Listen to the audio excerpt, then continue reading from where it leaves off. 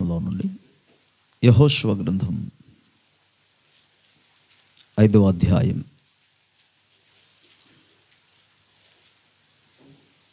యెహోషువ గ్రంథం 5వ అధ్యాయం. జోషువ చాప్టర్ 5 వర్సెస్ 9. 9వ వచనాన్ని చూసుకుందాం.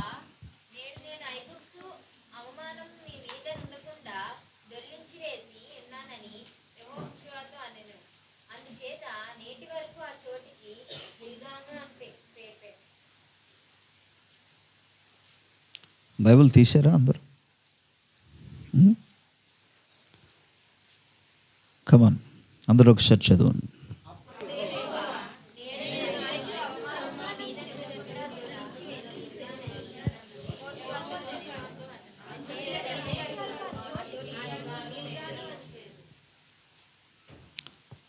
చిన్న ప్రార్థన చేసుకుందాం.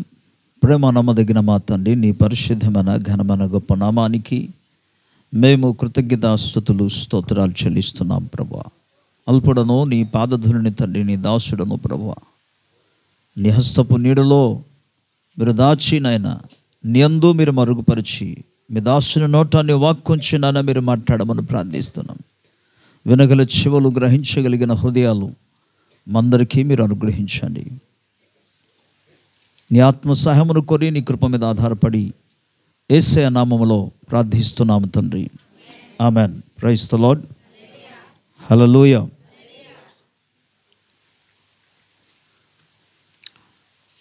దేవుని పరిశుద్ధ నామానికి మహిమ కలుగును గాక. హల్లెలూయా. మన తండ్రి అయిన దేవుని నుండి, ప్రభువైన యేసుక్రీస్తు నుండి కృపా సమాధానము మనందరికీ తోడై ఉండును గాక.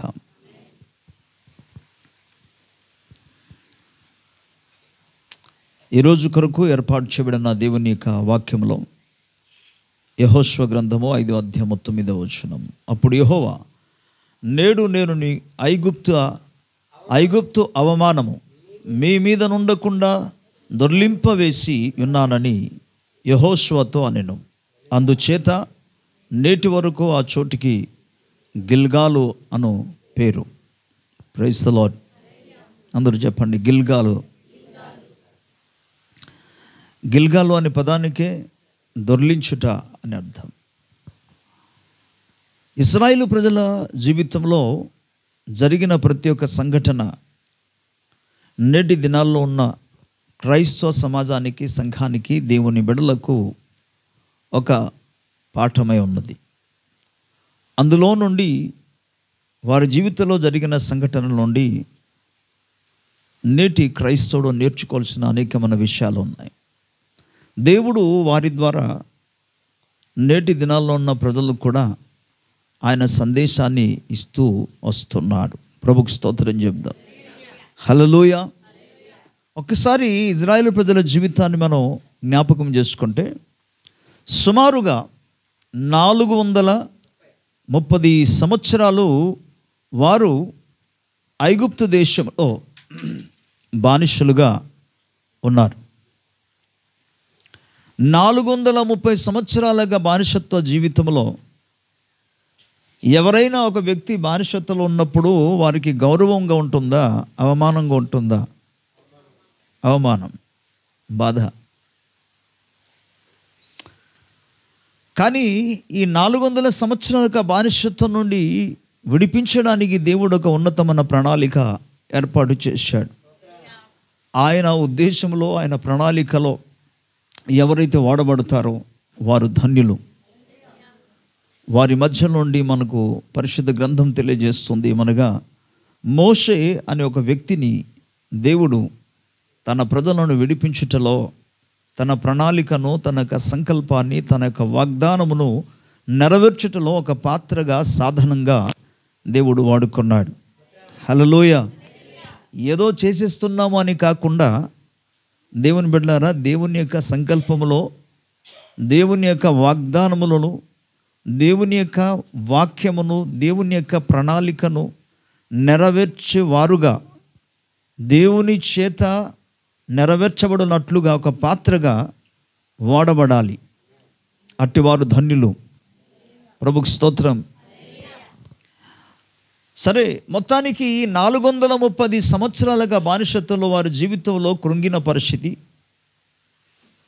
వారి తలలు పైకెత్తలేని పరిస్థితి, సంఘములో కానీ సమాజంలో కూడా తల ఎత్తి నడవలేని పరిస్థితి, అటువంటి అవమానకరమైన స్థితిలో బానిసత్వంలో ఉన్నారు. ఒక దేశపు బానిసత్వంలో వాళ్ళు ఉంటే ఈనాడు అనేక మంది కొన్ని చెడు అలవాట్లకు బానిసత్వంలో ఉంటున్నారు. ఆ దేశపు ఐగుప్తు బానిసత్వం నుండి విడుదల పొందడానికి ఇజ్రాయేలు ప్రజలు ప్రభు సముఖంలో మొరపెట్టారు, ప్రార్థించారు, విజ్ఞాపన చేశారు, ప్రభు దగ్గర విన్నపాలు తెలియజేశారు. ఆ తర్వాత వారి జీవితానికి దేవుడు విడుదల కలుగజేశాడు. ప్రభుకి స్తోత్రం చెప్దాం గట్టిగా, హల్లెలూయా. తల్లబైకెత్తండి. బైబిల్ చదివినప్పుడు చదవాలి, విన్నప్పుడు మీరు ఇటుకు జరగండి. అసలు ఎందుకు కొసగలిపారు ఇటు?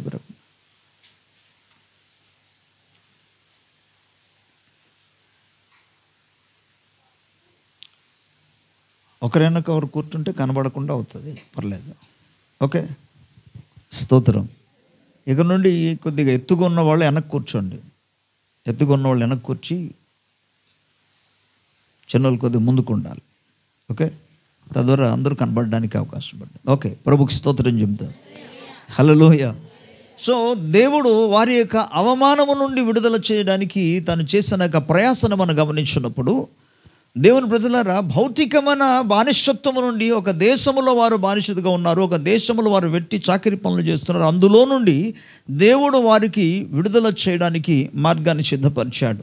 నేటి దినాల్లో కూడా అటువంటి స్థితిలో ఉన్న వారికి, ప్రత్యేకంగా మనుషుల అండర్లో ఉండడం గురించి నేను మాట్లాడటం లేదు, కానీ కొన్ని దేవుని చిత్తానికి ప్రతికూలమైన స్వభావాల నుండి, ప్రతికూలమైన అలవాట్ల నుండి జీవితాన్ని, శరీరాన్ని మానసికంగా, ఆధ్యాత్మికంగా ఒక వ్యక్తి ముందుకు రాకుండా, స్వతంత్రంగా ప్రభువును సేవించకుండా, ఆరాధన చేయకుండా బానిసత్వంగా బంధించి ఉంచుచున్న బంధకాల్లో నుండి విమోచన కలగడానికి ప్రతి ఒక్కరు దేవుని దగ్గర ప్రార్థన చేయాలి. ఎందుకంటే ప్రభువుకున్న ఒకే ఒక దేవుని రాజ్యానికి ఉన్న ఒక నియమం ఏంటంటే, అడుగుడి మీకు ఇవ్వబడును. ఆపత్కాలంలో నన్ను గురించి మొర్రపెట్టుము, నేను నీకు విడిపిస్తాను, నీవు నన్ను మహిమపరచుదు అన్నాడు.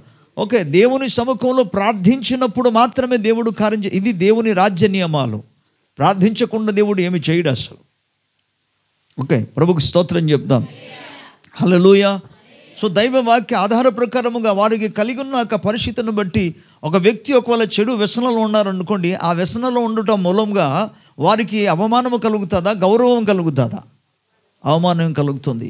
ఆ స్వభావము ఆ వ్యక్తిని, ఆ కుటుంబాన్ని, వారి యొక్క రక్త సంబంధులకు అది ఎంతో వేదన కలుగజేస్తుంది, అవమానాన్ని కలిగిస్తుంది, నిందను తీసుకొస్తుంది. బట్ అందులో నుండి విడుదల పొందినప్పుడు దేవుని స్తోత్రం చెప్దాం. వారి కుటుంబ సభ్యులు కానీ, రక్త సంబంధులు కానీ, వారి బంధువులకు కానీ గొప్ప సన్మానం, గౌరవం కలుగుతుంది. ప్రభుకి స్తోత్రం. సమాజంలో దేవుని బిడ్డలుగా మనం అందరూ కూడా గౌరవప్రదంగా జీవించాలి. ఈ గౌరవం అనేది మనంతటా మనము ఇంకొకరి దగ్గర హుందగా నిలబడి నన్ను గౌరవించండి అంటే వచ్చేది కాదు, స్వభావాన్ని బట్టి వస్తుంది. అది ప్రభుకి స్తోత్రం చెప్దాం. మనిషి యొక్క ప్రవర్తనను బట్టి వస్తుంది గౌరవం అనేది. కానీ ప్రభు ఈ స్థలాల్లో దైవ వాక్యములో ఏమంటాడంటే, నిందను ఆయన తొలగించే దేవుడు. ప్రభుకి స్తోత్రం చెప్దాం. హల్లెలూయా.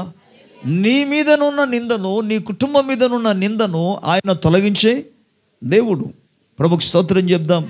ఎలాగున ఆయన ఆ నిందను తీసివేశాడంటే, ఎలాగున ఆ నిందను తొలగించడానికైతే దొర్లించాడంటే, ప్రభు వాక్యం మనకు సెలవిస్తుంది, వారికి బానిసత్వం నుండి విడుదల చేయట ద్వారా నిందను ఆయన పూర్తిగా ఒక రాయిని దొర్లించినట్టుగా, ఉన్నత శిఖరమైన పర్వతములో నుండి కిందకు దొర్లించినట్టుగా పూర్తిగా ఆయన దొర్లింపజేశాడు. ప్రభుకి స్తోత్రం కలుగునుగాక.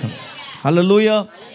ఒకసారి మీరు గమనించండి, ఇజ్రాయేలు ప్రజల జీవితంలో ఈ యొక్క బానిసత్వ జీవితం ఎంతగానే బాధించింది, వేధించింది, వారి జీవితంలో వేదన కలుగజేసింది, దుఃఖాన్ని కలుగజేసింది, అవమానాన్ని కలుగజేసింది. వాటన్నిటిలో నుండి ప్రభు వారికి విడుదల చేయగలిగాడు. వారి శక్తి చేత కాదు, వారి బలమును బట్టి కాదు, వారికి ఉన్న సైన్య బలాన్ని బట్టి కాదు, లేకపోతే వారి ఒక యూనిట్గా నిలబడిపోయి వారు 10 మంది ముందు, లేకపోతే ఐగుప్తు దేశ రాజు దగ్గర నేటి రోజుల్లో ఎలాగైతే ధర్నా చేస్తున్నారు, ఏమైనా ప్రతికూల పరిస్థితి జరిగినప్పుడు కలెక్టర్ ఆఫీస్ దగ్గర కానీ ఆయా రోడ్లో మెయిన్ స్థలాల్లో కొంతమంది ఏకేవించి ధర్నాలు చేస్తారు. ఆ విధంగా కూడా ఇజ్రాయెల్ ప్రజలు చేయడానికి వాళ్ళకి శక్తి లేదు, సామర్థ్యము లేదు, బలము లేదు. కానీ అటువంటి సందర్భాల్లో, ఏ ఆధారము లేని సమయంలో, బలము లేని సందర్భాల్లో దేవుడే వారి పక్షముగా కార్యము చేశారు. ప్రభుకు స్తోత్రం కలుగును. సో ఆ రీతిగా కల్వరి శిలువలో ప్రత్యేకంగా మనం చూస్తాం. పాత నిబంధన గ్రంథంలో ఆయన ఆ పస్కా పండుగను ఆచరించడం ద్వారా, పస్కాను వధించడం ద్వారా, ఆ రక్తమును ద్వారబంధను రాయుట ద్వారా, ఆ మాంసమును భుజించడం ద్వారా, తినుట ద్వారా ఆ రాత్రి వారికి పరిపూర్ణమైన విడుదల కలిగి. అయినా సరే ఇజ్రాయేల్ ప్రజలు వెనుక ఇంకా శత్రువులు వెంటాడుతూనే వస్తున్నారు. ఇంకా కొంతకాలం వరకు మనకు తెలుసు, ఎర్ర సముద్రం వరకు కూడా వారు వెంటాడుతూ వచ్చారు. ఆ తర్వాత మీరు గమనిస్తే ప్రభు సముద్రమును చీల్చివేసి 2 పాయలుగా చేసి వారిని 6 నెలలలో దాట చేసిన తర్వాత అదే సముద్రములో శత్రు సైన్యమంతటి కూడా ఆయన ముంచి వేశాడు. ప్రభుకి స్తోత్రం, గట్టిగా హల్లెలూయా. అలాగూ చేయటం ద్వారా ఇజ్రాయేల్ ప్రజల మీద ఉన్న నింద అంతా కూడా పూర్తిగా, అవమానాన్ని పరిపూర్ణముగా ప్రభు దొర్లింప చేశాడు, తీసివేశాడు పరిపూర్ణంగా. ప్రభుకి స్తోత్రం. అందుకే ఆయన చెప్తాడు ఒక మాట 14వ అధ్యాయంలో నిర్గమకాండలో మనం చూస్తాం. 13, 14 వచనాలు చూసుకున్నప్పుడు ఆ ప్రభు అంటాడు, మీరు ఇందులో విషయంలో భయపడవలసిన పనే లేదు, యెహోవా మీ పక్షముగా యుద్ధము చేయను, ఊరకనే నిలుచుండి మీరు దేవుని యొక్క ఆయన కలుగు చేసే రక్షణను చూడుడి అంటాడు. Praise the lord. ఎందుకనగా ఈ యుద్ధము యెహోవాదే. యుద్ధం మీరు కాదు చేస్తుంది, యుద్ధము యెహోవాదే. ప్రభుకి స్తోత్రం చెప్దాం గట్టిగా హల్లెలూయా, హల్లెలూయా. పిల్లరా, దేవుడు ఇజ్రాయేల్ ప్రజల పక్షముగా, తన జనుల పక్షముగా, తాను విమోచించిన వారి ప్రజల పక్షముగా యుద్ధము చేయటం ద్వారా వారికి పరిపూర్ణమైన విడుదల, నిందలో నుండి విమోచన అనేది కలుగజేశాడు. ఓకే, దేవుడు ఇజ్రాయెల్ ప్రజలకు తోడే ఉన్నాడు, ఇజ్రాయెల్ ప్రజల పక్షం యుద్ధం చేశారు, ఇజ్రాయెల్ ప్రజలకు సహాయం చేశారు, ఇజ్రాయెల్ ప్రజలకు ముందుగా నడిచాడు అనేది మన పరిశుద్ధ గ్రంథాల్లో చూస్తాం. But who are the Israel people? Israel ప్రజలు అనగా ఎవరు అంటే, ఒకవైపున మనకు తెలుసు అబ్రహాము సంతానం, లేదా అబ్రహాము కుమారుడు ఇస్సాకు, ఇస్సాకు కుమారుడు యాకోబు, యాకోబు ఇజ్రాయెల్గా మారాడు, ఇజ్రాయెల్ సంతానం అంటే యాకోబు సంతానము. ఓకే, బట్ నేను చెప్పేది ఏంటంటే, ఇజ్రాయెల్ ప్రజలు ఎవరంటే విమోచించబడిన ప్రజలు. ప్రభుకి స్తోత్రం. పిలువబడిన ప్రజలు, విమోచించబడిన ప్రజలు. తాను విమోచించిన ప్రజల విషయంలో ప్రభు మాట్లాడుతూ మీకు చెప్పాలంటే, యెషయా గ్రంథంలో 41వ అధ్యాయము, యెషయా గ్రంథంలో 43వ అధ్యాయంలో, ఈ 2 అధ్యాయాలు మనం చూస్తే ఇజ్రాయేల్ ప్రజల గురించి, యాకోబును గురించి ప్రభు అద్భుతమైన మాటలు అక్కడ తెలియజేయడం మనకు కనబడుతుంది. ప్రభుకు స్తోత్రం కలుగునుగా. ఓకే, నేను చూపిస్తాను.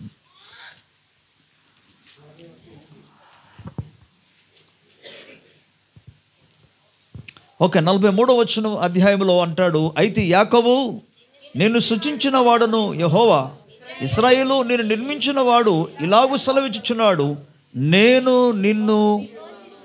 ప్రభుకు స్తోత్రం చెప్తాం.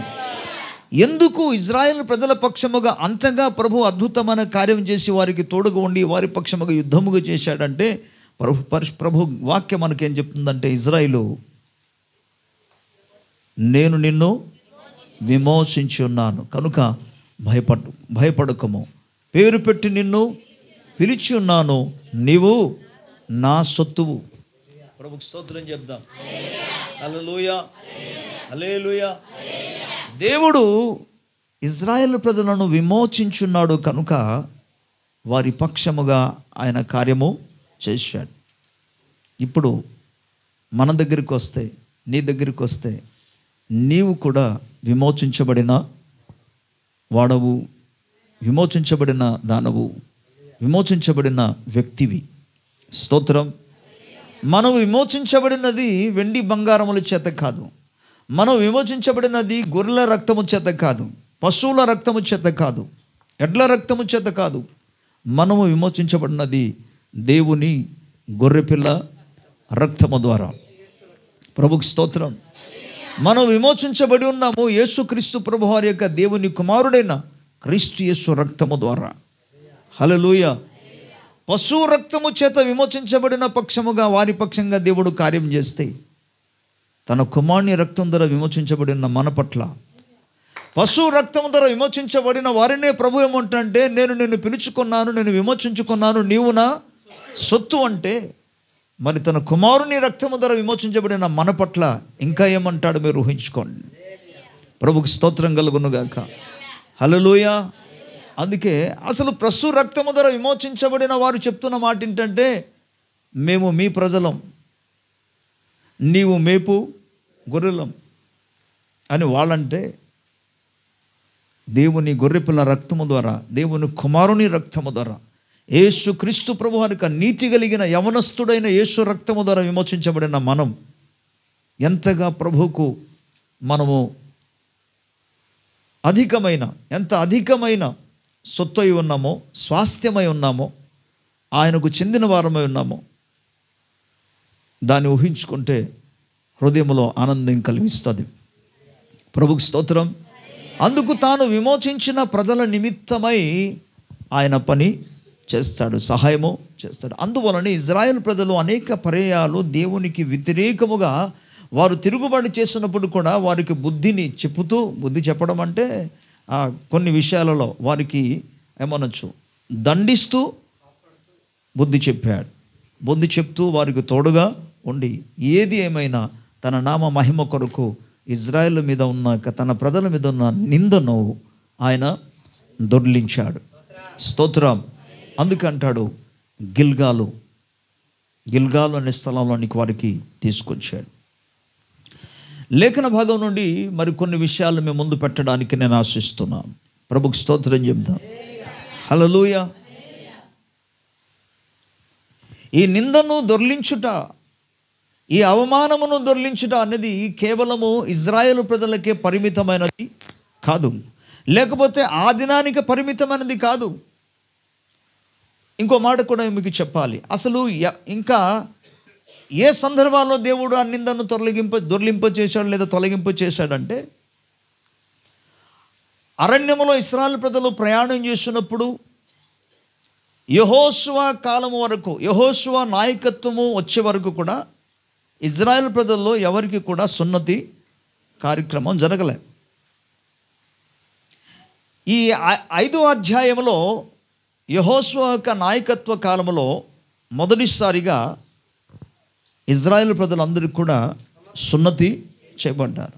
సున్నతి చేయబడిన ఆ దినాన్న ప్రభు ఇచ్చిన వాగ్దానం ఏంటంటే, మీ మీదనున్న నిందను నేను దొర్లింప చేశాను. ప్రభుకి స్తోత్రం.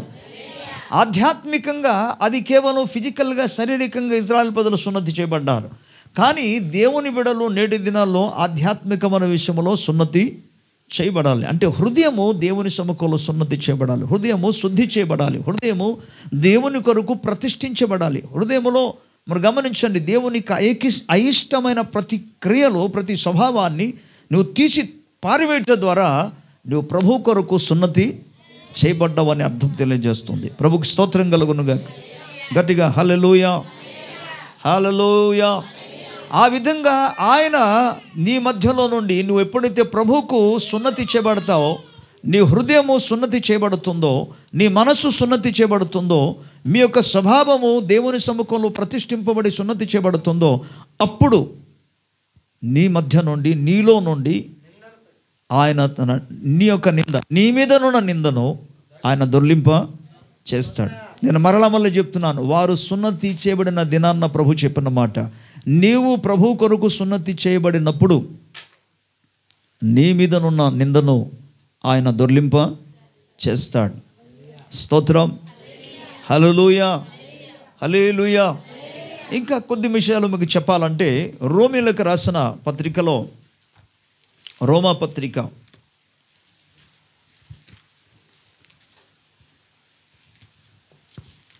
బైబిల్లో ఉన్న వాళ్ళందరూ కూడా దయచేసి దాన్ని తెరవాలని ప్రభు పట్ల మీ జ్ఞాపకం చేస్తున్నా. 2వ అధ్యాయం, రోమా 2 రోమన్స్ చాప్టర్ 2 28 నుండి 28 వచ్చి నుండి మనం చూసుకుందాం. బాహ్యమునకు యూదుడైన వాడు యూదుడు కాడు, శరీరమందు బాహ్యమైన సున్నతి కాదు. అయితే అంతరంగమందు యూదుడైన వాడే యూదుడు. మరియు సున్నతి హృదయ సంబంధమైనది, ఆత్మయందు జరుగునదే గాని అక్షరము వలన కలుగునది కాదు. అట్టి వానికి మెప్పు మనుషుల వలన కలుగదు, దేవుని వలననే కలుగును. ప్రభుకి స్తోత్రం. ఇజ్రాయేలు ప్రజలు బాహ్యకంగా, శారీరకంగా, అక్షరానుసారంగా వారు సున్నతి చేయబడ్డారు. వారి శరీరంలో సున్నతి చేయబడింది. కానీ ఇక్కడ ఏమంటాడంటే, బాహ్యమునకు యూదుడైన వాడు యూదుడు కాడు, శరీరమందు బాహ్యమైన సున్నతి కాదు. అయితే అంతరంగమందు యూదుడైన వాడే యూదుడు. మరియు సున్నతి దేనికి సంబంధించింది? హృదయ సంబంధమైనది. అది ఆత్మయందు జరగాలి. ప్రభుకి స్తోత్రం కలుగునుగాక. అది అక్షరం వలన కాదు, కానీ ఆత్మయందు జరగాలి. ఎవరికి జీవితాల్లో అయితే ఆత్మయందు లేదా హృదయమందు సున్నతి చేయబడతారో అట్టి వారికి మనుషుల చేత మెప్పు కలగదు, దేవుని వలన మెప్పు కలుగుతుంది. ప్రభుకి స్తోత్రం కలుగునుగాక. హల్లెలూయా. ఈనాడు కూడా దేవుడు ఆ యొక్క మెప్పును తన యందు తన ఎదుట ఎవరైతే ప్రియులారా హృదయమందు సున్నతి పొందుకుంటారో వారి పట్ల ఆయన తన మెప్పును కలుగజేస్తాడు. ప్రభుకి స్తోత్రం కలుగునుగాక. హల్లెలూయా. కొంచెం వ్యక్తిగత జీవితంలోనికి కొందరు జీవితంలో జరిగిన సంఘటనను మీ ముందు పెట్టడానికి ఆశిస్తున్నాను. ప్రభుకి స్తోత్రం కలుగునుగాక.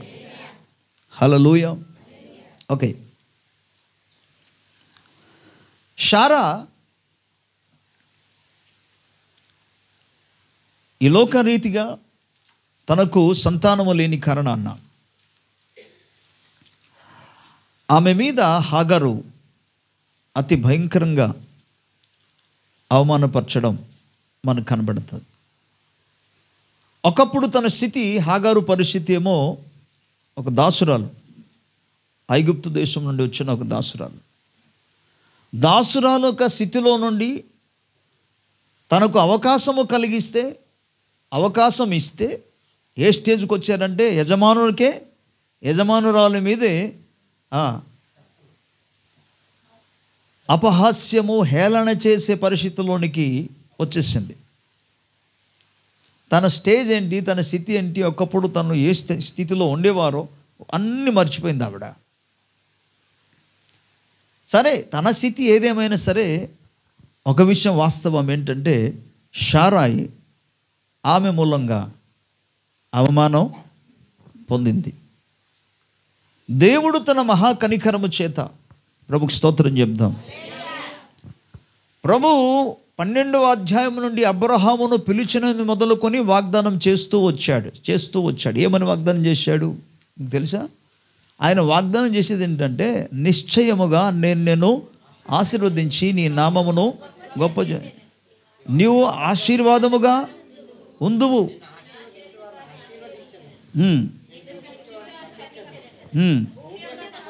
భూమి యొక్క సమస్త వంశములు నీ యందు లేదా నీ మూలముగా లేదా నీ సంతానము మూలముగా ఆశీర్వదింపబడునని అప్పటి నుండి దేవుడు పిలిచినది మొదలుకుండే అతన్ని దీవించడం, ప్రవచనాత్మకంగా దేవుడు అతని పట్ల వాగ్దానం చేస్తూ వచ్చాడు. 12వ అధ్యాయం నుండి. ప్రభుకి స్తోత్రం. అగైన్ మరలా 15వ అధ్యాయానికి వచ్చిన తర్వాత కూడా మనం చూడగలము, అబ్రహాము యెహోవాను నమ్మెను, అది అతనికి నీతిగా. అక్కడ కూడా ప్రభు వాగ్దానం చేస్తేమంటే, నేను నీ సంతానమును నేను ఆశీర్వదిస్తాను, నీ సంతానాన్ని అభివృద్ధిపరుస్తాను, ఆశీర్వదిస్తాను అన్నాడు. మరలా మనం 17వ అధ్యాయానికి వస్తే ప్రభు అతనితో నిబంధన చేస్తూ, నేను సర్వశక్తి కలిగిన దేవుడను అంటూ నా సన్నిధిలో నడుచుచు నిందారహితుడుగా ఉండుము అంటూ, ఇదిగో నీకును నీ సంతానముతో అక్కడ అంటాడు, నేను ఒక నిబంధన చేయబోతున్నాను, అది తరతరముల వరకు కూడా నిత్యమైన కట్టడగా నిబంధనగా ఉంటుందని ప్రభు చెప్తూ వచ్చాడు. ప్రభు మాట్లాడుతూ వస్తున్నాడు. దేవుని వాగ్దానం మీద విశ్వాసము కలిగి జీవిస్తూ వాళ్ళు వస్తున్నారు. కానీ లోకము నుండి వారికి అవమానం మాత్రం కలుగుతుంది. లోకము నుండి ఆమె నిందను అనుభవిస్తుంది. ప్రభుకు స్తోత్రం చెప్దాం. అటువంటి సందర్భాల్లో ప్రభు మనకు తెలుసు, ఆయన వాగ్దానం ఇచ్చినట్టుగా 18వ అధ్యాయంలో మరోసారి ఆయన స్పష్టంగా మాట్లాడడం మొదలుపెట్టాడు. ప్రభుకు స్తోత్రం. 21వ అధ్యాయానికి వచ్చినప్పటికీ ప్రభు ఆమె పట్ల కనికరించి ఆమెను దర్శింపగా ఆమె ఒక కుమారుణ్ణి కన్నది, గర్భము ధరించి ఒక కుమారుణ్ణి కన్నది. ప్రభుకు స్తోత్రం చెప్దాం గట్టిగా, హల్లెలూయా. ఇప్పుడు సమాజంలో ఉన్న తన మీద ఉన్న నిందను దేవుడు ఏం చేశారు? దొర్లింప చేశాడు. ప్రభుకు స్తోత్రం, హల్లెలూయా. అదే లేఖనాన్ని మనకు తెలుసు. సమూయేలు మొదటి గ్రంథంలో హన్నా జీవితాలు కూడా జరిగిన సంఘటన చూస్తాం. పెనిన్నా ఆమె మీద ఆమెను అవమానపరుస్తూ, బాధను పెడుతూ, ఇబ్బంది పెడుతూ వస్తుంది. అది ఎంతగా ఆమె హృదయానికి వేదన కలుగజేస్తుంది. ఆ వేదనను బట్టి ఆమె తన హృదయ అంతరంగంతో దేవుని దగ్గర ప్రార్థన చేయగా ప్రభు ఆమె జీవితంలో ఉన్న నింద కూడా తొలగింపు చేసి ఒక శ్రేష్టమైన ఇజ్రాయేలు దేశానికే నాయకుడుగా ఉండి, దీర్ఘదర్శిగా ఉండి, న్యాయాధిపతిగా ఉండి, ప్రవక్తగా ఉండగలిగిన ఒక వ్యక్తిని కనున్నట్లుగా దేవుడు సహాయము చేశాడు. ప్రభుకు స్తోత్రం చెప్పాడు గట్టిగా, హల్లెలూయా. ఒకసారి ఊహిస్తే, నా వైపు చూస్తూ వినండి. పెనిన్నకు పిల్లలు ఉన్నారా లేరా? అసలు ముందు నుంచి పిల్లలు ఉన్నారు. హన్నకు తర్వాత ఓకే, ఆమె ముందు అవమానం అనుభవించింది, నిందలు అనుభవించింది, ఆ తర్వాత పుట్టారు. హన్నకు పిల్లలు లేనప్పుడు పెనిన్న హన్న మీద రకరకాలమైన హేళన చేస్తూ కించపరిచింది. అయితే ఇప్పుడు పిల్లలు పుట్టిన తర్వాత, హన్నకు దేవుడు సంతానం అనుగ్రహించిన తర్వాత, సమూయేలు అనే ఒక ప్రవక్తను దేవుడు ఇచ్చిన తర్వాత, ప్రభుకు స్తోత్రం చెప్దాం. పెనిన్నకు పిల్లలు ఒకవేళ ఉన్నప్పటికీ దేశం మీదకి అధికారిగా, నాయకునిగా వచ్చింది ఎవరి కుమారుడు అంటే హన్న కుమారుడే. ఏ హన్న అయితే ఒకప్పుడు తన ఇంటి దగ్గరే, తన కుటుంబంలోనే ఒక వ్యక్తి ద్వారా కించపరచబడిందో, విసిగించబడిందో, నిందను అనుభవించిందో, ఆమె కుమారుడే ఇప్పుడు దేశం మీద న్యాయాధిపతిగా, ఓకే, దేశం మీద ఒక ప్రవక్తగా, దేవుని స్తోత్రం చెప్దాం, ఒక దైవ భక్తిలో దేవుని మార్గములో ఇజ్రాయేలు జనంగా నడిపించగలిగిన ఒక నాయకునిగా ప్రభు ఉంచాడు. అంటే ఇప్పుడు ఏం జరిగినట్టు? దేవుడు కేవలం ఆమె మీదనున్న నిందను దొర్లింప చేయడం మాత్రం కాదు, యెషయా గ్రంథం 61వ అధ్యాయం, యెషయా గ్రంథం 61వ అధ్యాయంలో 7వ వచనాన్ని మనం చూద్దాం. మీ అవమానమునకు ప్రతిగా రెట్టింపు ఘనత నొందుదురు, నిందకు ప్రతిగా తాము పొందిన భాగము అనుభవించి వారు సంతోషింతురు. వారు తమ దేశములో రెట్టింపు భాగమునకు కర్తలగుదురు, నిత్యానందము వారికి కలుగును. ప్రభుకు స్తోత్రం కలుగునుగా, హల్లెలూయా. ఇప్పుడు యెషయా ప్రవక్త ద్వారా 61వ అధ్యాయంలో 7వ వచనములో చెప్పినట్లుగా ప్రభు మాట్లాడే విషయం ఏంటంటే, మీ అవమానమునకు ప్రతిగా రెట్టింపు ఘనత. ప్రభుకు స్తోత్రం, హల్లెలూయా. మీరు ఎంతవరకైతే అవమానం అనుభవించారో, మీ నిందకు ప్రతిగా తాము పొందిన భాగమును అనుభవించి మీరు సంతోషిస్తారు. హల్లెలూయా, హల్లెలూయా. వారు తమ దేశములో రెట్టింపు భాగమునకు కర్తలగుదురు. ఇక వారి తల్ల మీద ఆనందము 1 నెల వరకో, 3 నెలల వరకో, 4 నెలల వరకో, 6 నెలల వరకో, లేకపోతే సంవత్సరం వరకు నిలిచేది కాదు, నిత్య ఆనందం. నమ్మితే గట్టిగా స్తోత్రం చెప్పాలి. ప్రభు ఆ విధంగా మీ జీవితంలో నిత్యానందం మీ తల్ల మీద ఉంచునుగాక. మీ యొక్క అవమానమునకు ప్రతిగా రెట్టింపు ఘనత ప్రభు మీకు అనుగ్రహించునుగాక. హల్లెలూయా. మీ యొక్క నిందకు ప్రతిగా దేవుడు దానికి కర్తలుగా, దాని రెట్టింపు భాగమునకు కర్తలుగా ఆయన చేయునుగాక. ప్రభుకు స్తోత్రం. నేను అందుకు చెప్తున్నాను, ఇప్పుడు హన్నా జీవితంలో అవమానం తొలగించబడింది, నింద తొలగింపబడింది. ఓకే, ఆమె అనుభవించిన బాధలను తొలగించబడింది. అంత మాత్రం కాదు సంతోషం. ఇప్పుడు తన కుమారుడే ఇజ్రాయేల్ దేశం మీద నాయకత్వం వహిస్తున్నాడు. తన కుమారుడే ఇజ్రాయేల్ దేశానికి దేవుని మార్గాన్ని గురించి బోధిస్తున్నాడు. ప్రభుకు స్తోత్రం. తన కుమారుడే దేవునితో అనుబంధము కలిగి దేవుడు చెప్పిన మాటలను ఇజ్రాయేల్ ప్రజలకు తెలియజేస్తున్నాడు. తన కుమారుడు ఇప్పుడు ఇజ్రాయేల్ దేశంలో వచ్చిన అనేకమైన క్లిష్టమైన పరిస్థితుల సమస్యలను కూడా పరిష్కారం చేయగలిగిన న్యాయాధిపతిగా ఉన్నాడు. ప్రభుకు స్తోత్రం. ఇప్పుడు హన్న పెనిన్న మధ్య చూస్తే ఎలా ఉంటుంది మీరు ఊహించుకోండి. దేవుడు కేవలం నిందను దొర్లించడం మాత్రం కాదు, ఇప్పుడు ఘనత ఇచ్చాడు. ఎంత ఘనత ఇక్కడ మనం చూస్తున్నామో, రెట్టింపు ఘనత. ప్రభుకు స్తోత్రం. అన్న జీవితంలో ప్రభు అటువంటి అద్భుత కార్యం చేశాడు. ఈ నూతన సంవత్సరంలో మొదటి వారాన్న ప్రభు వాక్యము ద్వారా నీతో మాట్లాడుతున్నాడు. ఆయన నీ మీదనున్న నిందను ఆయన దొర్లింప చేయబోతున్నాడు. మరి ఎన్నడూ కూడా కనబడకుండా వాటిని పూర్తిగా ఆయన దూరపరుస్తాడు, పారివేస్తాడు. ప్రభుకు స్తోత్రం. అంత మాత్రం కాకుండా ఆయన తిరిగి రెట్టింపు ఘనతకు పాత్రలుగా ఆయన మార్చిస్తాడు. ప్రభుకు స్తోత్రం. ఘనత నుండి వారుగా ప్రభు కార్యం చేస్తాడు. అది ఫిజికల్గా కావచ్చు, స్పిరిచువల్గా కావచ్చు, ప్రభు చేయడానికి ఆయన సమర్థుడు. నువ్వు నమ్మితే ప్రభు అద్భుతం చేస్తాడు. ప్రభుకు స్తోత్రం కలుగునుగా. హల్లెలూయా, హల్లెలూయా.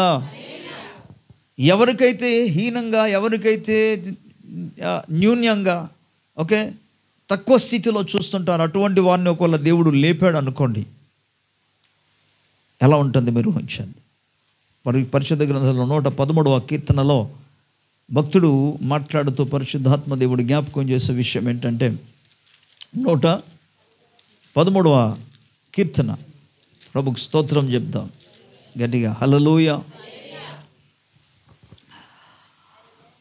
ఆయన 8వ వచనం నుండి 7వ వచనం నుండి ప్రధానులతో, తన ప్రజల ప్రధానులతో వారిని కూర్చుండబెట్టుటకై ఆయన నేల నుండి దరిద్రులను లేవనెత్తు వాడు, పెంట కుప్ప మీద నుండి బీదలను పైకి. స్తోత్రం. ఏ స్థితిలో ఎవరు ఎలా మారుతారో మనకు తెలియదు. అందుకే ప్రియులారా, మనం ఒక వ్యక్తి యొక్క బాహిక స్థితిని చూసి వారి పట్ల మనం ఆ రీతిగా ప్రవర్తించకూడదు. వారి బాహిక పరిస్థితి, లోకపు పరిస్థితి, ఆర్థిక వ్యవస్థ పరిస్థితి ఏ విధంగా ఉన్నా మనం వారిని ప్రేమించడం నేర్చుకోవాలి.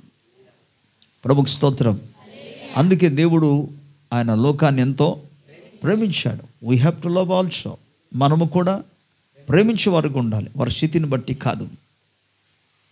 మనం వారికి బుద్ధి చెప్పవచ్చు, వారిని హెచ్చరించవచ్చు, బట్ వారిని ద్వేషించకూడదు, వారిని ప్రేమించాలి. స్తోత్రం. ఎందుకంటే ఒక దినం వస్తుంది, దేవుడు ఏం చేస్తారు ఇక్కడ, ఆయన ప్రధానులతో, తన ప్రజల ప్రధానులతో కూర్చుండబెట్టడానికి ఆయన నేల నుండి దరిద్రులను లేవనెత్తువాడు. అంటే వారి స్థితి అని చూడండి. నేల అన్న వెంటనే ఎప్పుడు చూసినా కింది స్థాయిలో ఉన్న వారి అనగారబడిపోయిన జీవితం, అది అణచివేయబడిన జీవితం, దీనస్థితిలో ఉన్న జీవితం. అటువంటి స్థితిలో ఉన్న వారిని దేవుడు లేవనెత్తి ఏదో పైకి లేపడానికి కాదు, వదిలేసి లేపేసి వెళ్ళిపోవడం కాదు. ఆయన చేసేది ఏంటి తెలుసా? ప్రధానులతో కూర్చుండబెడతాడు లేపి. Praise the lord. హల్లెలూయా. 9వ వచనంలో ఆయన మీకు ఆల్రెడీ షారా జీవితాన్ని గురించి, హన్నా జీవితాన్ని గురించి చెప్పాను. వాటిని ఇక్కడ రిమైండ్ చేస్తున్నాడు. ఆయన సంతులేని దానిని ఇల్లాలుగాను, కుమారుల సంతోషము గల తల్లిగాను చేయును. యెహోవాను స్తుతించుడి. స్తోత్రం. సంతులేని దాన్ని, సంతు అంటే సంతానము లేని ఆమెను ఏం చేస్తున్నారు? ఆయన ఇల్లాలుగా మార్చేస్తాడు. ప్రభుకి స్తోత్రం. అలాగే కుమారుల, హల్లెలూయా, కుమారుల సంతోషము కలిగిన తల్లిగా ఆయన చేయు దేవుడు అని. అలాగూ చేయుట ద్వారా వారి మీదనున్న నిందను ఆయన దొర్లింప చేసే దేవుడు ఆయన. ప్రభుకి స్తోత్రం. ఒక దీనస్థితిలో ఉన్న వ్యక్తిని లేవనెత్తితే ఎలా ఉంటుంది? దావీదు జీవితాన్ని జ్ఞాపకం చేసుకోండి. మనకు తెలుసు యోసేపు జీవితం. బట్ దావీదు జీవితాన్ని జ్ఞాపకం చేసుకుంటే అతడు ఒక గొర్రెలను కాచుకుంటున్న ఎక్కడో పొలాల్లో తిరుగుతున్న వ్యక్తి అయినా, కానీ దేవుడు లేవనెత్తాడు. ఆ పెంట కుప్ప స్థితిలో నుండి ఆ ప్రభు లేవనెత్తాడు. ప్రభుకు స్తోత్రం కలుగును. దేవుని, అందుకే దేవునికి అసాధ్యమైనది ఏది లేదు.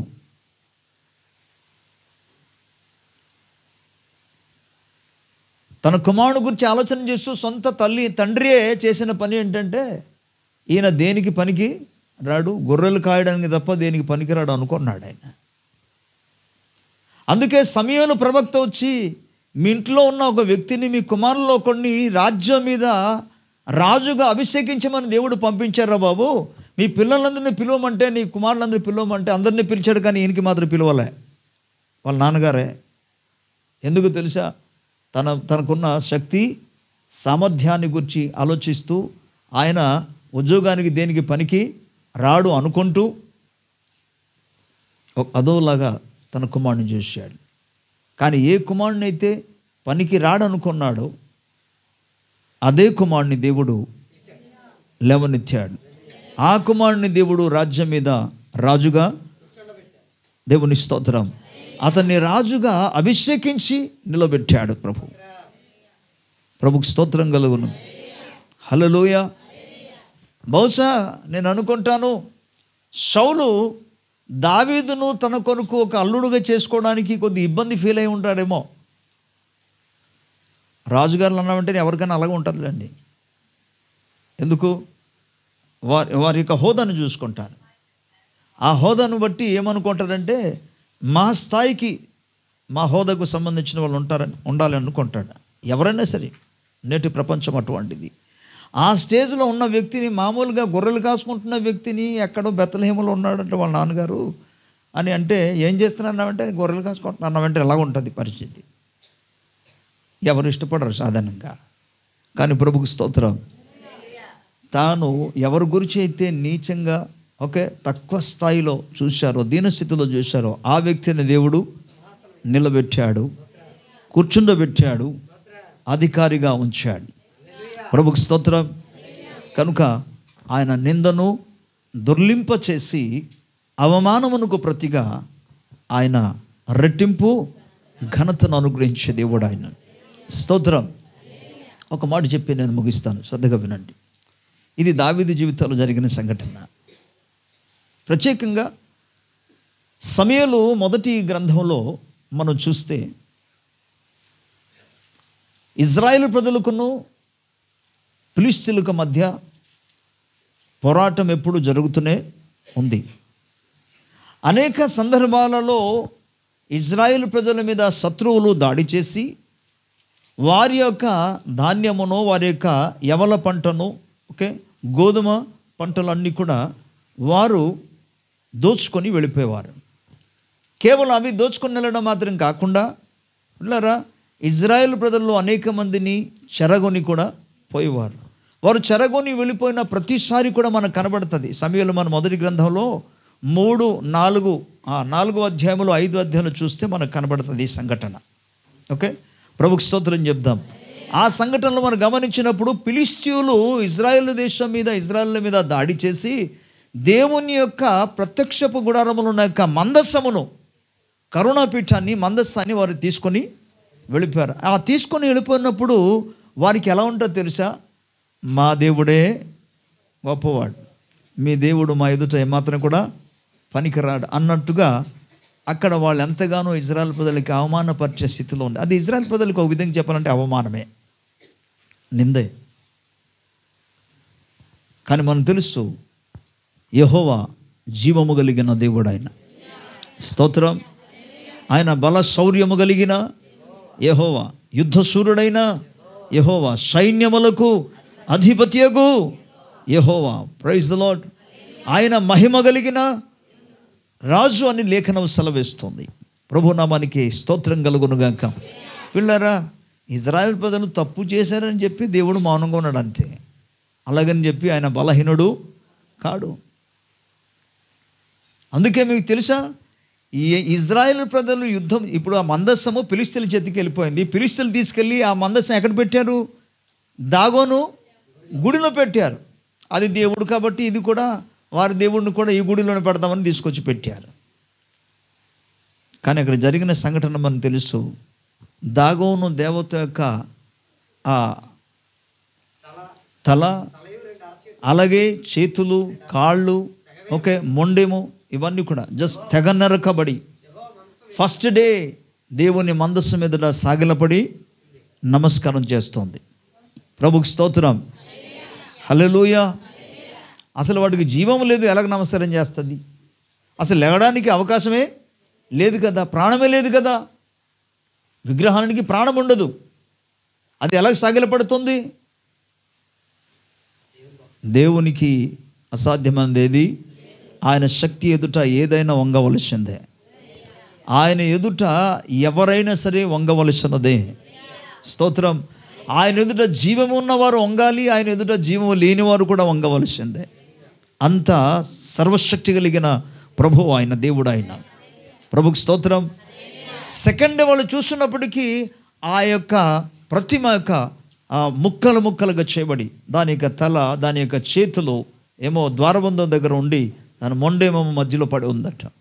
స్తోత్రం, హల్లెలూయా. దేవుని బిడ్డలారా, ఆయన శక్తి ఎదుట, మరలా చెప్పేది ఏంటి తెలుసా? ఆయన ఎదుట కానీ ఆయన శక్తి ఎదుట ఏ శక్తి కూడా నిలువ జాలదు.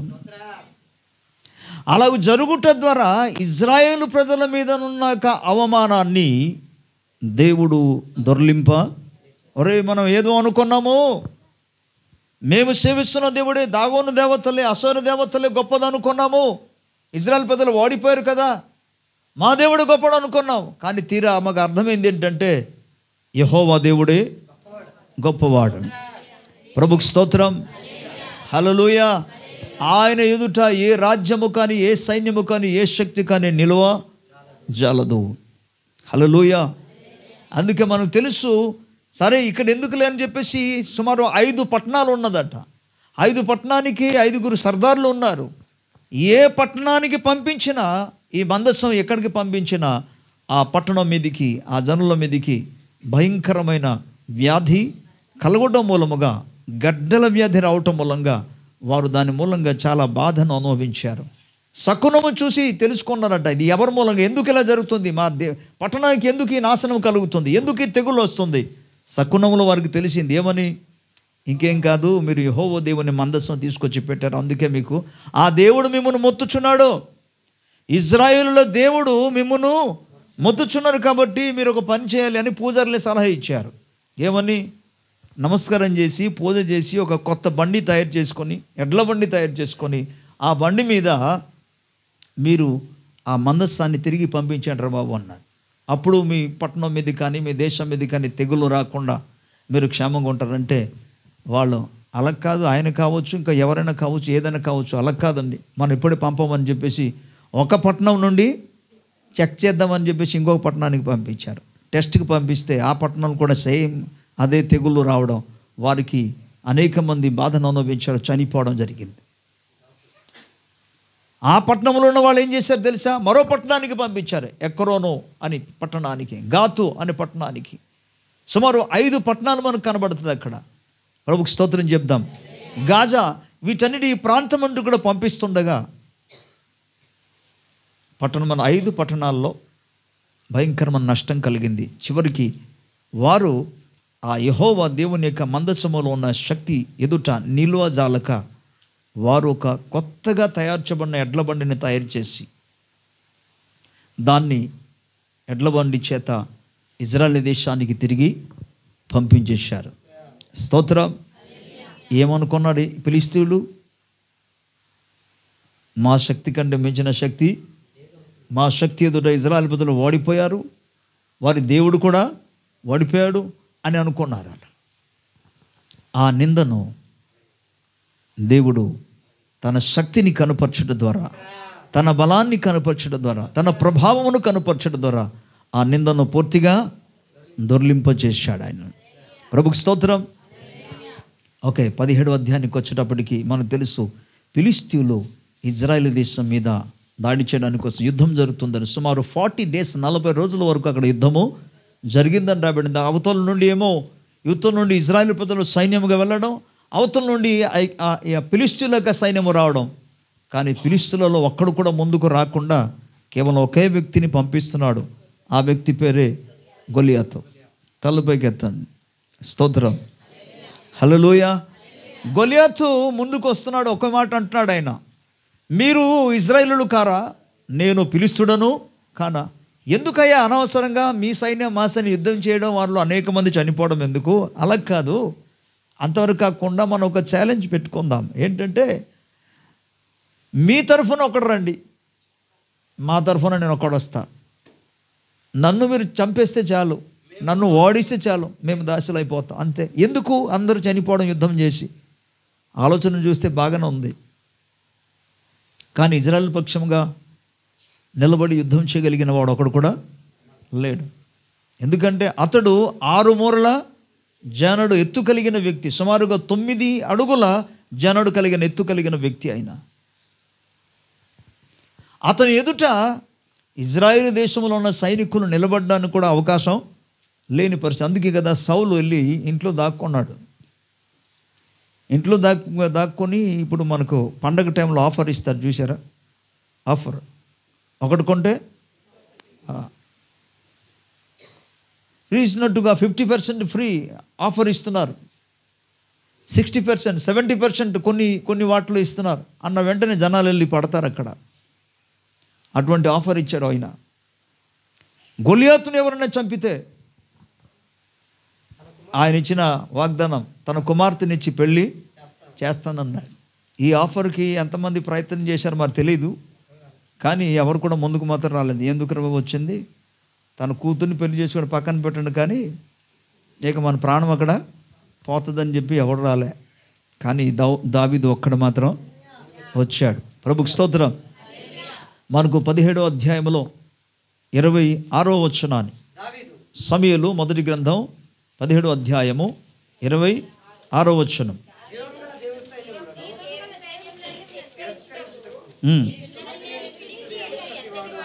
ఎస్,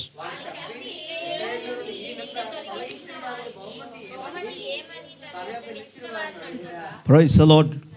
ఇక్కడ అంటున్నాడు, వారిని చంపి ఇజ్రాయేలు మీదనున్న నిందను తొలగించినప్పుడు వారికి కలిగిన బహుమానం, వాళ్ళందరూ కూడా బహుమానాన్ని గురించి విన్నారు, కానీ ఒకడు కూడా ముందుకు రాలేదు. ఈయనేం అడుగుతున్నారంటే, ఆ బహుమానం ఏంటి చెప్పండి బాబు అంటున్నాడు ఈయన. ప్రభుకి స్తోత్రం. మనం తెలుసు, ఆ వివరణ అంతా కూడా తెలుసు, అక్కడ జరిగిన సంఘటన అంతా కూడా మనం అనేక పర్యాలు విన్నాం. ఏంటంటే, ఆయన శత్రువుతో యుద్ధం చేసి, గొలియాతుతో యుద్ధం చేసి, గొలియాతును ఆయన పడగొట్టి, ప్రభుకి స్తోత్రం చెప్దాం గట్టిగా, హల్లెలూయా, హల్లెలూయా. ఆయన గొలియాతును పడగొట్టుట ద్వారా, గొలియాతును చంపుట ద్వారా ఇజ్రాయేలు మీదనున్న నిందను ఆయన తొలగింప చేశాడు. ప్రభుకి స్తోత్రం చెప్దాం, హల్లెలూయా. 45వ వచనంలోకి వెళదాం ఒకసారి. 45వ వచనం. దావీదు, నీవు కత్తియు ఈటయు బల్లెమును ధరించుకొని నా మీదికి వచ్చుచున్నావు, కానీ నేనైతే నీవు తిరస్కరించిన ఇశ్రాయేలీయుల సైన్యములకు అధిపతికి యెహోవా పేరట నీ మీదికి వచ్చుచున్నాను. హల్లెలూయా. నీవు తిరస్కరించిన యెహోవా పేరట, నీవు అవమానపరిచిన యెహోవా పేరట. ఎందుకంటే ఆయన ఎంత అవమానంగా మాట్లాడేవాడంటే, మీ దేవునికి ఒక శక్తి ఉంటే, మీకు బలం ఉంటే, మీ సైన్యానికి బలం ఉంటే రండి నాతో యుద్ధము చేయండి. మగడుంటే ఒకడు రండి అనేవాడు. ప్రభుకి స్తోత్రం చెప్దాం. ప్రభు అందుకే ఎంత భయంకరముగా వారిని ఫిలిష్తీయులను అవమానపరిచాడంటే, ఆ గొలియాతును కూడా అవమానపరిచాడంటే, ప్రభుకి స్తోత్రం చెప్పాలి. హల్లెలూయా. వినండి, తనకు సాటి అయిన ఒక వ్యక్తిని ఆయన పంపలే యుద్ధం చేయడానికి. గొలియాతు ఎంత ఎత్తు కలిగి ఉన్నాడో అంత ఎత్తు కలిగిన ఒక వ్యక్తిని యుద్ధం చేయడానికి పంపలేదు ప్రభు. ఒక బాలుని పంపించాడు. స్తోత్రం. ఇప్పుడు ఆ బాలుని చూసినప్పుడు ఈయనకి అవమానం, అసలు తనకి తనే సిగ్గు వచ్చేస్తుంది. అసలు ఇదేంటి, అసలు నాకు ఈయనతో పోటీ ఏంటి, అసలు ఇది చాలా అవమానకరంగా ఉంది. రెండో భాగంలో మనం గమనిస్తే ఆయన సరంగ కవచం ధరించుకోలేదు, ఖడ్గము పట్టుకోలేదు, ఇవన్నీ ఏమీ లేకుండా చేతిలో చిన్న ఒడిసె పట్టుకొని వెళ్ళాడు అంతే. ప్రభుకి స్తోత్రం. హల్లెలూయా. చేతుల్లో ఇంకో కర్ర పట్టుకున్నాడట. దాన్ని పట్టుకొని వెళ్తే ఇంకా ఆయనకు కోపం వచ్చేసింది. మరోవైపును చూస్తే బాగా ఆలోచన చేస్తే సిగ్గుపడిపోవాలి. అసలు ఇదేంటిది, అసలు నాకు సరైన వ్యక్తిని అసలు పంపాలి కదా, సాటి అయిన వ్యక్తిని పంపాలి కదా, ఒక బాలుని పంపిస్తాడేంటి? ఎంత అవమానం. దేవుని ప్రజలరా, అవమానపరిచిన వారికి అవమానము కలిగింది. ఏ శత్రువు అయితే దేవుని బిడ్డలను అవమానపరిచాడో, ఏ శత్రువు అయితే దేవుని బిడ్డల మీద నిందలు మోపాడో, ఏ శత్రువు అయితే యెహోవా దేవునిని తిరస్కరించాడో, ఆ శత్రువుని ప్రభు ఒక చిన్న బాలుని ద్వారా పడగొట్టి తన మహిమను ఆయన కనుపరిచాడు. తన బలాన్ని, తన ప్రభావమును దేవుడు సర్వలోకంలో ఆయన కనుపరచగలిగాడు. స్తోత్రం. హల్లెలూయా. దావీదు చెప్పినట్టుగా ఈ సున్నతి లేని ఈ ఫిలిష్తీయుణ్ణి నేను ఏమంటున్నాడు మరలా, దావీదు జీవము కలిగిన దేవుని సైన్యమును తిరస్కరించటానికి ఈ సున్నతి లేని ఫిలిష్తీయుడు ఎంతటి వాడు అని వాణ్ణి చంపి ఇశ్రాయేలు నుండి ఈ నింద తొలగించేదను. ప్రభుకి స్తోత్రం. ప్రభు తన వాక్య ప్రకారముగా తన మహిమ నిమిత్తం ఒక చిన్న బాలుని ద్వారా ఇజ్రాయేలు ప్రజల మీద ఉన్న నిందను గొలియాతును చంపుట ద్వారా ఆయన తొలగింపచేశాడు. ఒక చిన్న బాలుని ద్వారా ఆయన గొలియాతును చంపి తన పరాక్రమమును దేవుడు కనుపరుచుకున్నాడు. ప్రభుకు స్తోత్రం కలుగునుగాక. హల్లెలూయా. ఆ రోజు ఫిలిష్తీయులందరూ కూడా, ఒకప్పుడేమో ఫిలిష్తీయులు ధైర్యంగా ఉందగా, మా పక్షంగా ఫిలిష్తీయుడు ఉన్నాడు కాబట్టి, గొలియాతు ఉన్నాడు కాబట్టి మాకు ఎవరు ఏమీ చేయలేరన్న వ్యక్తులందరూ కూడా గొలియాతు పడిపోయిన దినాన్న వాళ్ళందరూ పారిపోవడం మొదలుపెట్టారు. స్తోత్రం. హల్లెలూయా. ఒక్కడు కూడా నిలవలేదు. బలమైన శత్రువుని కూల్చడం ద్వారా ఇజ్రాయెల్ దేశం మీద ఉన్న నిందను ప్రభువు తొలగింపచేశాడు. మీ జీవితాల్లో నిన్ను ఎదుర్కొంటూ ఇప్పటి వరకు కూడా నిన్ను తరుముతూ వచ్చిన శత్రువు శక్తులు, నిన్ను తరుముతూ వచ్చిన సమస్యలు, నీ శక్తి కంటే మించిన సమస్యలు, దేవుడు దాన్ని చిన్న ప్రార్థన ద్వారా అద్భుత కార్యం చేయబోతున్నాడు. ప్రభుకి స్తోత్రం. హల్లెలూయా. ఇక్కడ చెప్పే మాట ఏంటి తెలుసా? సైన్యములకు అధిపతిగు యెహోవా పేరట నీ మీదికి వస్తున్నాను. స్తోత్రం. నజరేయుడైన యేసుక్రీస్తు పేరట నీ మీదికి వస్తున్నానని నీవు ప్రభు సముఖంలో ప్రకటించినప్పుడు ప్రభువు నీ పక్షముగానే యుద్ధము చేస్తాడు. నువ్వు చేసిన ప్రార్థన ద్వారా ప్రభు అద్భుత కార్యం చేస్తాడు. నీవు ఊహించలేని వ్యక్తి ద్వారా దేవుడు నీకు విజయము ఇస్తాడు. నీవు ఊహించలేని ఒక వ్యక్తి ద్వారా ప్రభువు నీకు పరిష్కారము కలుగజేస్తాడు. నీవు ఊహించలేని వ్యక్తి ద్వారా దేవుడు నీ అవసరాన్ని ఆయన తీరుస్తాడు. ఆయన ప్రైజ్ ది లార్డ్. హల్లెలూయా. నీ భవిష్యత్తును ఆయన స్థిరపరుస్తాడు. నీ మీదనున్న నిందను ఆయన దొర్లింప చేస్తాడు. ఆమేన్. శారీరకంగా, మానసికంగా కానీ, ఆధ్యాత్మికంగా కానీ ప్రభు అద్భుత కార్యం చేస్తాడు. ఆమేన్. పిల్లరా, పరిచర్య సేవ విషయంలో దేవుడు ఎన్నెన్నో అద్భుత కార్యం చేశాడు. తన సంతానమును ఆయన అభివృద్ధి పరిచి ఇజ్రాయెల్ ప్రజలు అవమానకరంగా, సిగ్గుకరంగా ఉండేవారు. 54వ అధ్యాయంలో యెషయా గ్రంథంలో చదువుకుంటే ప్రభు అంటాడు, గుడ్రాల ప్రసవ వేదన పడనిదాన, పిల్లలు కలనిదాన, నువ్వు సంతోషించి గంతులు ఏమంటాడు, ఉత్సాహించి ఆనందించమంటాడు. ఎందుకంటే సంసారుల పిల్లల కంటే విడువబడిన అనేక పిల్లలు విస్తారమ. నీవు సిగ్గుపడక్కర్లేదన్నాడు. నీవు లజ్జపడాల్సిన పని లేదు. ప్రభుకు స్తోత్రం. సంఘ పరిచర్య విషయంలో కూడా దేవుడు అద్భుత కార్యం ఆయన చేయబోతున్నాడు. ఆమేన్. ప్రభు తన వాక్యాన్ని మనందరి వినికిడిలో ఆయన ఆస్వాదించును గాక, ఫలింప చేయును గాక. ఆమేన్. ప్రార్థన చేసుకుందాం. ఒక్క నిమిషం ప్రతి ఒక్కరు కూడా ప్రభు దగ్గర ప్రార్థించండి. విన్న వాక్యాన్ని బట్టి, ప్రభువు చెప్పిన మాటను బట్టి జీవితాన్ని పరిశీలన చేసుకొని ప్రభు దగ్గర మొరపెట్టండి. ప్రభు సహాయమును కోరుకోండి. ప్రభువా, నా మీద ఉన్న నిందను, నా కుటుంబం మీద ఉన్న నిందను, ప్రభువా, ఆధ్యాత్మిక జీవితంలో ఉన్న నిందను, శారీరకంగా ఉన్న ప్రతి నిందను, ప్రభు, ఆర్థికమైన విషయంలో ఉన్న నిందను, ప్రభు, అవమానమునైనా అయ్యా మీరు దొర్లింపచేయండి. గిల్గాలు జరిగించండి, గిల్గాలు కలుగజేయను. ఆయన ప్రార్థించాలి అందరూ కూడా. ఆయన రెట్టింపు ఘనతకు కర్తలుగా ప్రభు మార్చబోతున్నాడు. హల్లెలూయా. మీ నిందనకు ప్రతిగా, నిందకు ప్రతిగా, మీ అవమానమునకు ప్రతిగా రెట్టింపు ఘనతకు పాత్రలుగా ప్రభు చేయబోతున్నాడు. రెట్టింపు ఘనత అనుభవించినట్టుగా ప్రభు సాయం చేయబోతున్నాడు. నీ మీద ఉన్న నిందను, ఆయన సంపూర్ణముగా అవమానాన్ని ఆయన దొర్లింపజేయబోతున్నాడు. ఆయన ప్రభు ఈరోజు నీతో మాట్లాడిండగా నమ్మి ప్రభు దగ్గర మొరపెట్టు. ఆర్థిక విషయంలో మొరపెట్టు. హల్లెలూయా. ఇజ్రాయేలు ప్రజలు అనేక సందర్భాల్లో ఓటమి పాలైనప్పుడు శత్రువులు అనేవారు, నీ దేవుడు ఏమాయను? ఇక నిన్ను అవమానం రాకుండా నీ దేవుడు నీ పక్షముగా కార్యం చేయబోతున్నాడు. హల్లెలూయా, హల్లెలూయా, స్తోత్రం.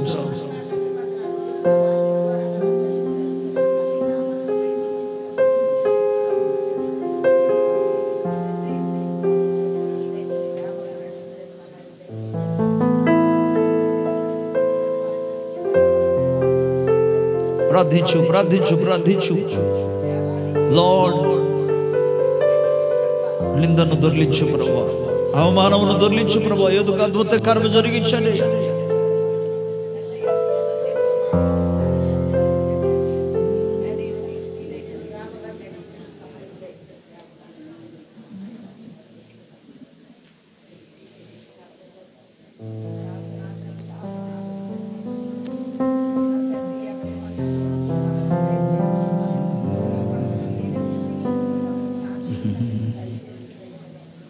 నా కనుల వెంబడి కన్నీరు రానీయక,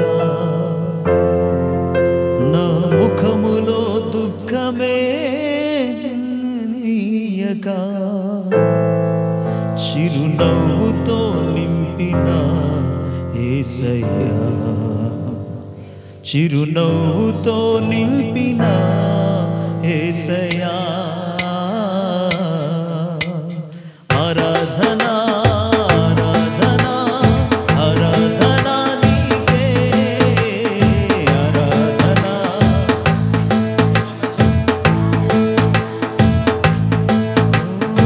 ఆరాధన ఆరాధన.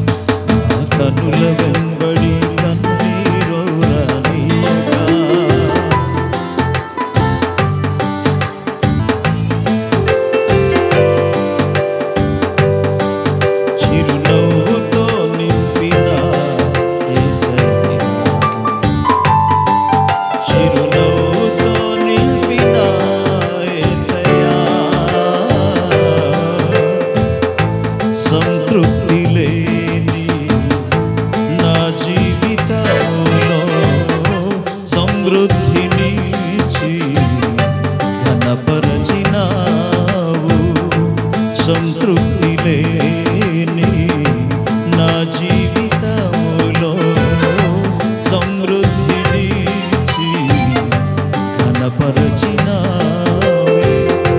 నా మురికి జీవితాన్ని ముత్యముగా మార్చి, నా మురికి జీవితాన్ని ముత్యముగా మార్చి, చిరునవ్వుతో నింపిన యేసయ్యా, చిరునవ్వుతో నింపిన యేసయ్యా. ఆరాధన ఆరాధన ఆరాధన నీకే.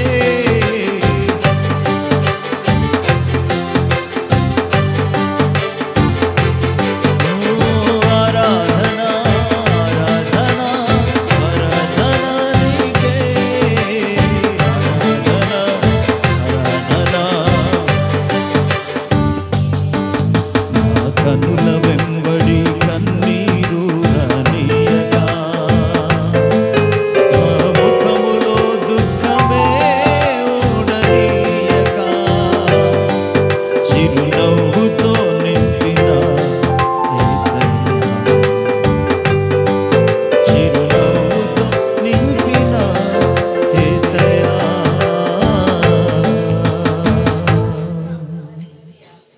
పరిశుద్ధులైన మా తండ్రి, మహాగణుడా, సర్వోన్నతుడా, నీకు స్తోత్రాలు ప్రభువా. మాలో ఉన్న బలహీనతను బట్టి, మాలో ఉన్న లోపమును బట్టి ప్రభువా, మాలో ఉన్న అవిధేయతను బట్టి అనేక పర్యాలు మేము అవమానము పొందుచున్నామయ్యా. నువ్వు ఏమాత్రం నేను బిడ్డలకు అవమానపరిచే దేవుడవు కాదు, సిగ్గుపరిచే దేవుడవు కాదు నాయన. కానీ అవమానాన్ని దొర్లించే దేవుడవు నీవు నాయనా. నిందను దొర్లింప చేయవాడవు నాయన. ఈ ఉదయకాల సమయంలో నీ వాక్కును విని ఎంతమంది అయితే నీ సముఖములో మొర్రపెట్టారు నాయన, ఎంతమంది నీ సముఖములో ప్రార్థించారో నాయన, విజ్ఞాపన చేశారు నాయన. అయ్యా, నీ కను దృష్టి ఉంచమని ప్రార్థిస్తున్నాం. నీ ప్రజలు చేసిన ప్రార్థనకు మీరు చెవియొగ్గమని ప్రార్థిస్తున్నామయ్యా. వారి యొక్క శరీర సంబంధమైన విషయంలో నాయన, శారీరక విషయంలో నాయన, ఆరోగ్య విషయంలో నాయన దేవా, మీరు నిందను తొలగింపచేయమని ప్రార్థిస్తున్నాము. అన్యజనులే మాత్రం కూడా వారి దేవుడు ఏమయ్యాడు అని అనడానికి వీల్లేదు నాయన. Heal your people, O God, Father, for your glory's sake, O Lord. Do something miracle in the lives of your children, O God. Make fruitful, O Lord. తండ్రి, మీరు ఫలింపచేయమని మేము ప్రార్థిస్తున్నాము నాయన. నీ ప్రజల చేతి పనులను దీవించు నాయన. ఓ లార్డ్, మీరు ఫలింపచేయమని ప్రార్థిస్తున్నాను. ఆర్థికంగా నీ బిడ్డలు ఇబ్బందికరంగా ఉండకూడదు నాయన. ఓ లార్డ్, నిరుద్యోగ స్థితిలో ఉండకూడదు నాయన. నీ బిడ్డలు అప్పుల బాధలు ఉండకూడదు నాయన. లార్డ్, ఈ అవమానమును నిందను దొర్లింప చేయమని మేము ప్రార్థిస్తున్నాం. Bless your people, O Father, bless your children, O God. తండ్రి, ఆధ్యాత్మిక జీవితంలో మనుషుని యొక్క ప్రవర్తన బట్టి మీ నామమునకు అవమానము కలగకూడదు నాయన. కుటుంబానికి అవమానం కలగకూడదు నాయన. నీకు మహిమ కలుగునట్టుగా ప్రతి ఒక్కరి ప్రవర్తనను మీరు బాగు చేయమని వేడుకుంటున్నాను. నిందను దొర్లింప చేయనైనా ఈ విషయంలో